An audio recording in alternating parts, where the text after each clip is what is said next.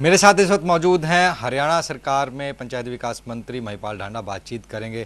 Sir, जिस तरीके से अब चुनाव आ रहे हैं, बैठकों का दौर है, आज भी बैठक है, कितनी तैयार बीजेपी और आपके अगर विभाग की बात करें, क्या कुछ कार्य? देखिए, भारतीय जनता पार्टी एक चुनाव लड़ती है और अगले की तैयारी शुरू कर देती है। हमारी तैयारी पूरी है। कैडर बेस हमारी पार्टी है। हमारा कैडर पूरी मजबूती से नीचे मैदान में उतर गया है। रही बात मेरे डिपार्टमेंट के कामों की, पिछले दिनों एक उलझन चली हुई थी। उस उलझन को माननीय मुख्यमंत्री जी ने सुलझा दिया है।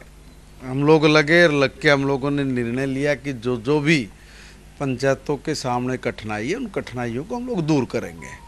हमने उन कठिनाइयों को भी दूर किया और दूर ही नहीं किया है, 20 लाख रुपए तक की जो हमारी कंडीशन थी उसको 1 लाख रुपया बढ़ा के 21 लाख रुपए कर दिया।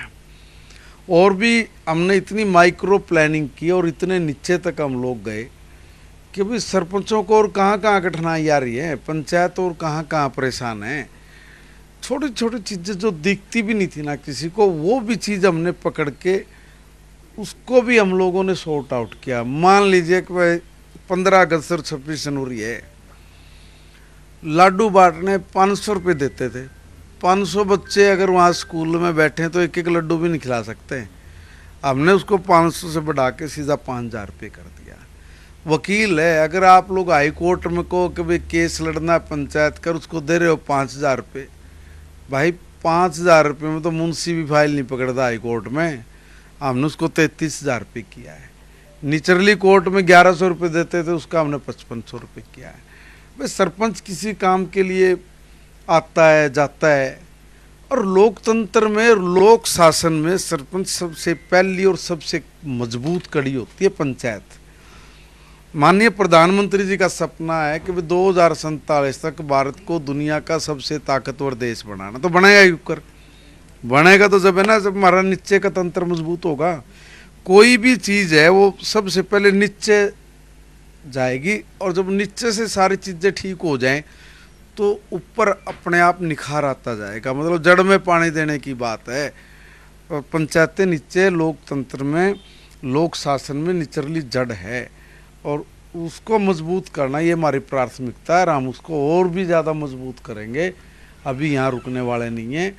और गांव को, देहात को जितना संपन्न हम बनाएंगे और जितना अच्छा सुंदर बनाएंगे, उतना ही हमारा देश आगे बढ़ेगा, विपक्ष हमारा कह रहा है प्रदेश आगे बढ़ेगा। विपक्ष कह रहा है 5 साल याद नहीं आई, सरपंचों की लाठियां पड़ी और अब आप उनको प्रोत्साहन दे रहे हो। कहना है तो उनका काम तो कहना है भाई, और नहीं तो क्या बोलेंगे। ये क्यों नहीं कहते कि भाई हमने 50-60 साल राज कराया और 50-60 साल में सिर्फ 5 रुपये तक की, 5 लाख रुपए तक की लिमिट लगा रखी थी उनने, 5 लाख रुपए की। जब हम 2014 में आए ना, उस 5 लाख से 10 लाख भी हमने की थी, और 10 लाख से 20 लाख भी हमने की थी। किन्हीं कारणों से फिर वो 2 लाख और 5 लाख होगी। आज हम ही लोग उसको 21 लाख रुपए तो करने वाले हैं। हमने कोई कम नहीं किया है, हमने बढ़ाया है। बढ़ाने पे वह लोग शाबाशी देने की बजाय हम लोगों को कह रहे हैं बिले जी ईब याद आएगी। ईब क्यों याद आएगी? पिछले 10 साल से हमने तो याद आ रही थी, हम ही करा रहे थे, हम ही तो करा रहे थे। याद तो तुम्हें आएगी नानी, और वो इसलिए याद आएगी कि भाई आने वाले दिनों में भी इनका कहीं, मुझे तो लगता है खाता भी खुलेगा। ये कह रहे हैं कि बिला जी हम तो सरकार बनाए बैठे, सपने लेने में कोई कुछ जावे? सपने तो लेने भी चाहिए, फिर ऐसे भी सपने नहीं लो जो पूरे ना होते हों। धन्यवाद बात करने के लिए। महिपाल ढांडा मेरे साथ थे, जिन्होंने कई मुद्दों पर बातचीत की। दिल्ली से कैमरामैन आदित्य के साथ नितिन धीमान, MS वाणी।